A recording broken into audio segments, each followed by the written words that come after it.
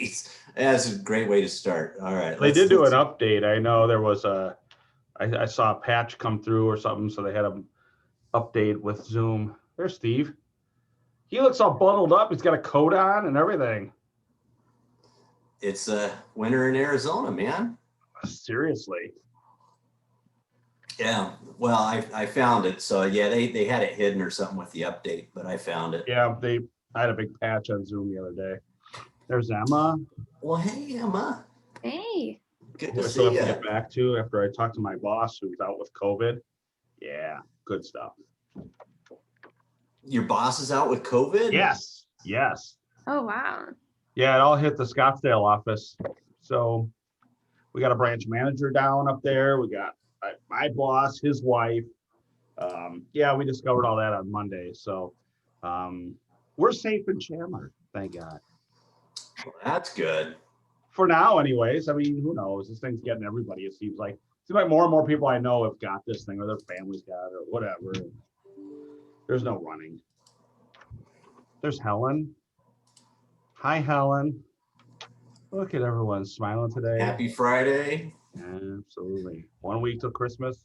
And like I said last week, a Jeep Wrangler looks really good on me. So if anyone's Christmas shopping, feel free. The 4x4, I'm a big fan. So just saying. Red is my favorite color. Just throw that out there.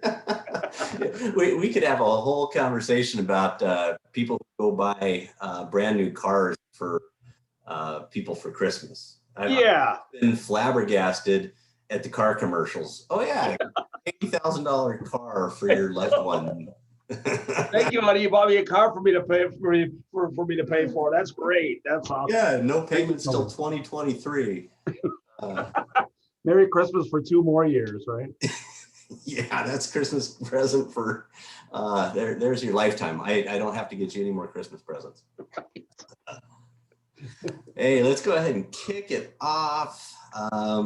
Nothing super exciting going on with rates, but I'll share those with you, let you guys know where we're at. Let me share my screen here real quick. And then the Fed met this week too, so there's a little bit of interesting stuff there I wanted to share with you. And that should be the screen. Are we good? Yep, got it. You see rates? I do. I do. You guys know how to find my website. So if you go to theloangeeks.com or loangeeks.com, there's all kinds of really good information out there for buyers, whether they're buyers or for refinance is what I was going to say. And then I keep rates posted daily, weekdays that is, when rates are active and valid. And so these are always up to date. It's a great place for you guys if you just want to stay current with rates. So rates are staying nice and low for us. Again, the 15-year conventionals sitting at 2.375, no points. It was teetering on possibly getting down to 2.25, but we're not quite there yet. The 30-year fixed, same thing, sitting at 2.875. That's where we've been for the last couple weeks. That's at par as well. And you see a little bit of downward movement on our govies. Our 30-year fixed FHAs moved down to 2.75 at par. So we're starting to fall right back in line to where we were before COVID as far as products pricing relative to one another, because typically the govies are a little bit lower in rate than the conventional. And the historical thinking on that is because they carry some other premium pricing with like the FHA funding fee or the VA guarantee fee, those upfront fees that they charge. And then again, on the 30-year fixed VA, 2.75% base rate with 3.275 APR at par.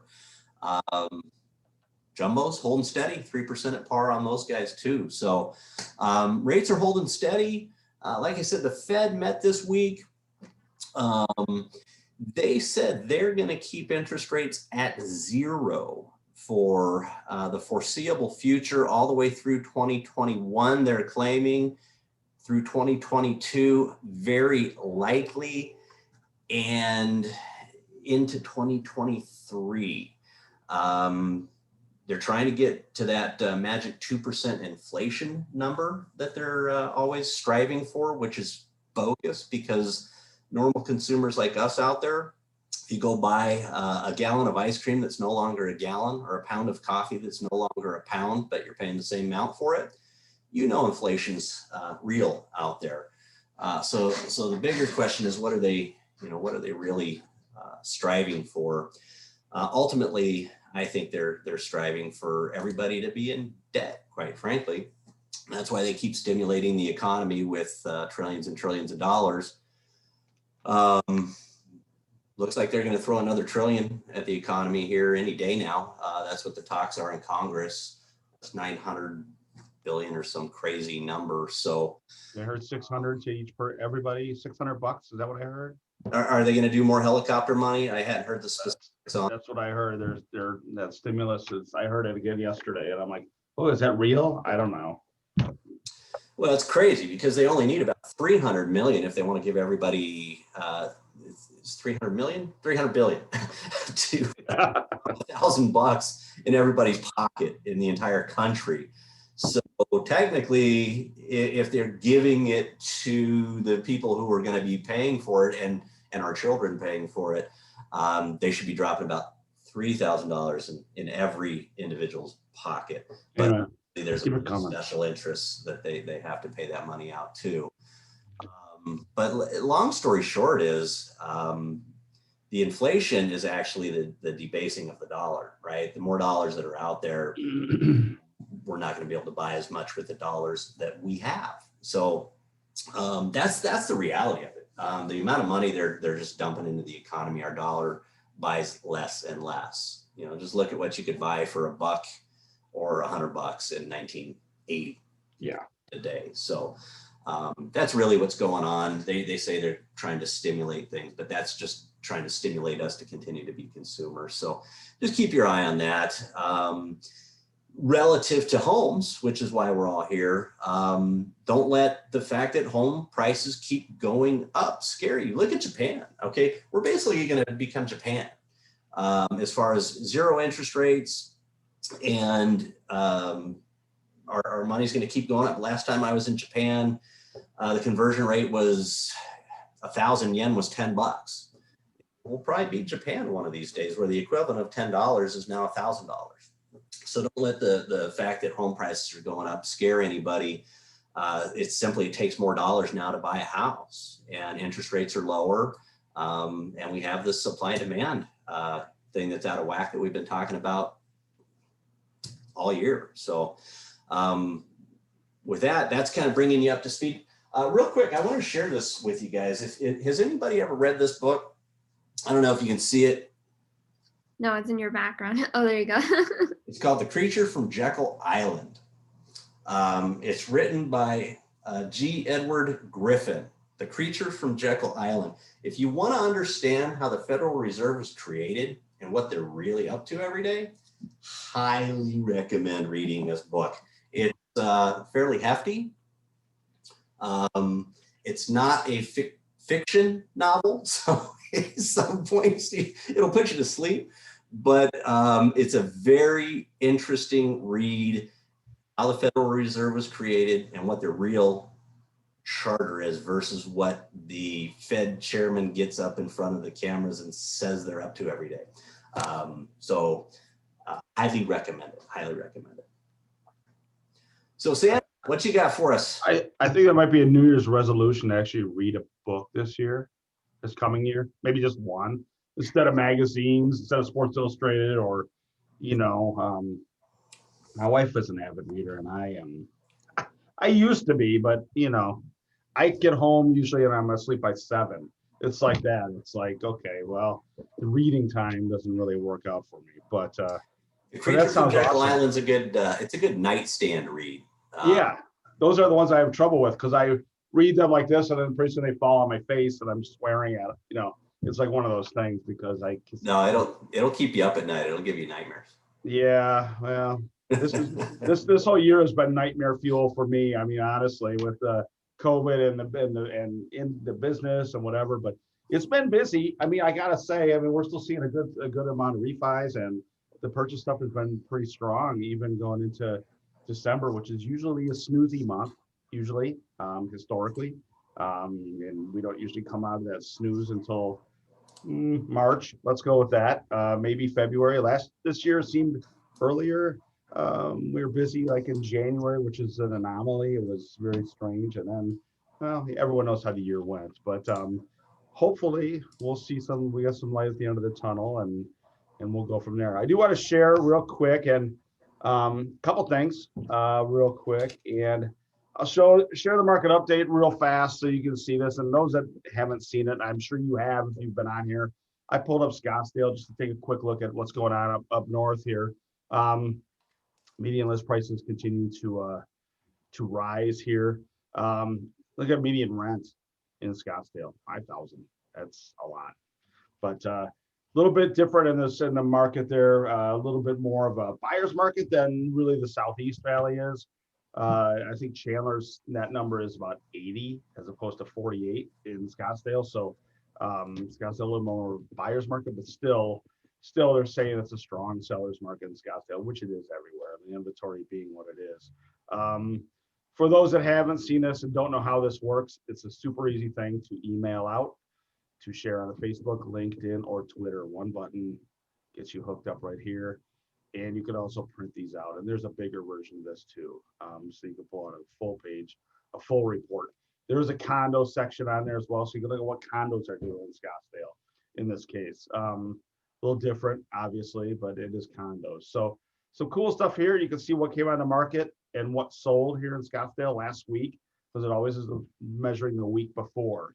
And that kind of leads me into the other thing. So Kirk, I took your advice here and I cobbled out a little 90-day median on this thing. So those that get this, and I think a few of you on this call do get this. I send this out on Mondays, but this week I sent it out yesterday. So I apologize for that. It was just a weird week in every way. But Monday morning I put this together, and Kirk and I, we talked about it in the show last Friday, about adding the 90-day median on here. So you can really see where things are going on the 90-day as opposed to the 7-day.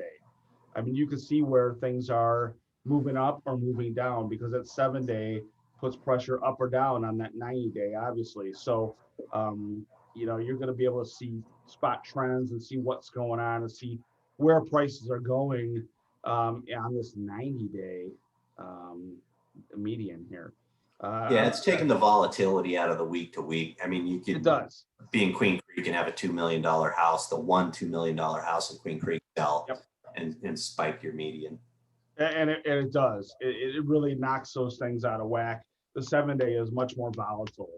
So yeah, being able to see what that 90-day median really looks like. I mean, places like Payson, which have gone bonkers over the past few weeks. I mean, crazy. But you can see the 90-day where it's been, and yes, that 7-day will be pushing it up if it keeps doing what it's doing, but it's going to take a while for it to get there. So you can see where kind of your averages are sort of kind of. So some neat stuff here, but as you can see in this report, I mean, you don't have There's to a lot of red to know where inventory levels are and see, I've been able to spot trends and I've kind of colored those in, but the concerning thing is here, which I've looked at over and over again, I've noticed the past few weeks, is some of the bigger inventory areas, your Phoenix, your Scottsdale, your Mesas, they are getting pounded pretty good. There's some big chunks being taken off that inventory. Even Gilbert took a big one last week. But I've been noticing that kind of thing going on. So those bigger inventory areas, where you've got more inventory sitting, they are going faster, or they're not faster, but there's more of them going off the market. So everybody wants to live in Scottsdale. I do. Nah, I like Chandler. I'm good. but it's just kind of interesting to look at what's happening here. And then you can see, of course, the market index. Like I said, Scottsdale is sitting at 48, and here's Chandler at 83, much higher seller's market in Chandler, and the Southeast Valley in general. Gilbert, the same thing, 83.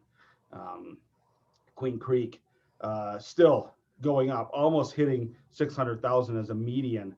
But even their 90-day is still 544. So they are really, that is a very hot area and very high priced homes. Everything I get out of these reports points to just awesome things, I guess, for Queen Creek. You know, the town of Queen Creek is booming. So neat stuff. If you'd like this report, let me know. I'd be more than happy to include you on the distribution list if you're not getting it now. It does come out Monday, and I will get it out next Monday. See the new stats because it compiles from this week, and I'll be able to put this together and get it out to you next week. The other market update that I showed you, the Scottsdale one, or you can get any city or zip code in Arizona, and those come out on Wednesdays. Every Wednesday, those reports come out on their own. You can send them to your clients, post them on Facebook, do whatever you want. I do send this one out as a PDF and a JPEG, so you can post it to Facebook. I've given credit to Altos Research where I get all of these numbers from. So feel free to use these things. I mean, if it's interesting to you, I'd be more than happy to share it. But yeah, a lot of crazy stuff going on. I did talk more a couple agents about foreclosures, and everybody seems to be in the same boat with that. I know we talked about that many times, but nobody seems to see a foreclosure. Everyone I talked to this week was like, why would people foreclose? And I'm like, I know why. I don't understand. But now I'm hearing that might be pushed out a little bit. Who knows? You know what? The new year comes, we'll get through the new year, and then we'll see what happens in 2021, right?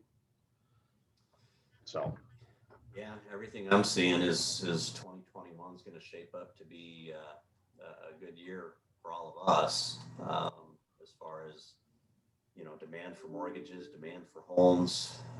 It's going to continue to be a seller's market. So inventory that's priced right is not going to stick around very long.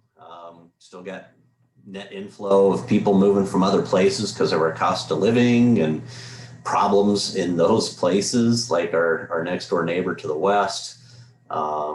So yeah, everything I'm seeing is shaping up to be a banner 2021. Let's just hope we can put this whole COVID, social distancing, face mask world behind us and get back to a semblance of normalcy. And by the way, we have it pretty good. I'm talking to people from California regularly. I know Emma's chatting with them a lot too. Man, it's crazy over there, the lockdowns and all kinds of stuff. So we're pretty fortunate to have it reasonably normal. Yeah, I talked to a guy yesterday, and he's a sales guy for a lead providing company, and we've been going back and forth because it's an interesting platform. And we were on a demo call yesterday, and he was telling me that he went outside the night before, out on the street and downtown, and I forgot where he was, but somewhere like Costa Mesa, somewhere, you know, one of the bigger. But he's like, there were no cars, no people, middle of the city. Nothing. He said it was like a zombie apocalypse. He's like, you know, and I'm like, yeah, dude. And but he was amazed that Arizona hadn't taken steps to lock down anything really. He was amazed by that. And I'm like, well, it just hasn't happened. So, you know, or we had the thing, and then now it's, you know, to each his own and whatever. But he was surprised by that. I'm like, yeah, well, we're not California. I guess let's just go with that. Yeah, I get that question a lot. Is, you know, how's it over there? You know, Yeah. Everything over here is locked down. And we're like, well, we can go sit indoors. We just have to wear a mask when we go in, and sometimes we wear it when we leave, but we don't have to wear it while we're sitting down. Yeah. At restaurants, and you know, you go. I was just in downtown Chandler or Gilbert the night before last, and all the Christmas lights are out. Restaurants are open, music, you can hear the music playing in the restaurants as you're driving down the street. Now, there wasn't a ton of pedestrians, but yeah, it was pretty nice, relatively speaking. You would never know there's a pandemic. Well, I think we kind of proved that the whole flatten the curve thing maybe wasn't all that effective. And so what's the point of going on full-fledged lockdown if, you know, we just need to get people who get them treated and build up our herd immunity, I guess. Yeah. I'm a medical professional and I don't play one on TV or Zoom, but right. To me, flatten the curve just means Yeah. push it down and spread it out. So, yeah, which is what I'm doing, basically. Yeah. Anyway, Well, hey, we've got Emma with us this week. Emma's always here on a regular basis to bring our social media and Facebook knowledge up higher. I've learned so much this year. I went from like a complete Facebook neophyte to like, I've got my training wheels still, but I'm making headway. So what do you got for us this week, Emma? Yeah, so I think probably most of you know me by now, but if not, my name is Emma. I'm one of the co-founders of Remodel Social. So we provide local and relevant Facebook posts for Arizona real estate agents so that you don't have to worry about getting content on your Facebook page, which is always nice and it keeps you searchable and relevant for the people who are looking for you. And so today I was just going to talk about a couple of things that I have seen on Facebook that you guys might see rolling out soon. I'm sure a lot of you know that Facebook is in a little bit of trouble right now in terms of monopolies and having a little bit too much power and that kind of a thing. So one interesting thing that's happening right now is, I don't know if any of you have used Cameo before. It's that thing where you can pay celebrities to make personalized videos for you. Have you guys heard of that? No. Yeah, my friend actually did one for me for my wedding. She got the guy from The Office to make like a little video for us. And so it's a really cool platform, but basically you can pay and they make you a little video and whatever. And so Facebook is apparently rolling out their version of that platform, which is going to be called Super. And basically they're not just buying Cameo because they can't look like they're buying up everything in this space. So for legal reasons, they're trying to make their own. So that's kind of interesting. And then also there is something new rolling out in groups, which I don't even have access to yet, but I've seen it pop up. So I just wanted to show you guys in case you're wondering what is happening. So now you can either do a post in a group or you can ask a question in a group, and it shows up differently in terms of, you can see this is a question, so she has 339 answers, versus down here she has a post and 36 comments. So right now, since this is a newer feature, it kind of looks like when you pose something as a question, it's going to get more engagement, probably just because Facebook wants you to notice it. They want more people to use it. So if you are active in groups and you are using that as a part of your strategy for marketing, it might be beneficial to start trying out this question thing. I do not even have it yet, so I cannot post a question in a group. So I'm guessing this is a rollout to specific people and it's not out to everyone yet. But I would imagine if you do have access to it, it's just going to be up here for when you are going to post something. I tried to type a question and see if it would prompt me. It would not, but I'm guessing that it probably has an option for some people that if you are looking like you're typing a question, it's going to ask, is this a question? And then it'll show up like you can see here with answers instead of comments. So hard to hypothesize what's going on there, why they are looking to distinguish those two things, but just another one of those things that you're probably going to see on Facebook, and it might be useful for you if you are looking to get more engagement in groups and things like that. So yep, that is the update for the week. That's super interesting on the question thing. Or at least a year ago, it may not have been that interesting for me, but now that I've been trying to be a little bit more involved. Kurt's like, can you believe this stuff? Yeah, I found that asking questions tends to get more engagement than just posting something. Because you're literally asking people to engage, and it's amazing people who do frequent their Facebook pages, how they like to answer questions for some reason on social media. But you have no idea what form that's going to take when they do roll that out, huh?